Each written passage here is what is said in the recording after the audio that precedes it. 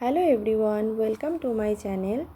তোমাদের সহচরী দীপিকা। কাল দেখলাম ঘরে এক প্যাকেট সুজি রাখা রয়েছে, তাই ভাবলাম সুজির পরোটা করে নিলে কেমন হয়। নিয়ে নিলাম বাটিতে অল্প করে সুজি, আর নিয়ে নিলাম পরিমাণ মতো টক দই। চটপটে খেতে কার না ভালো লাগে, তাই নিয়ে নিলাম এক প্যাকেট চাট মশলা, সামান্য পেঁয়াজ কুচিয়ে নিলাম আর সামান্য টমেটো কুচিয়ে নিলাম।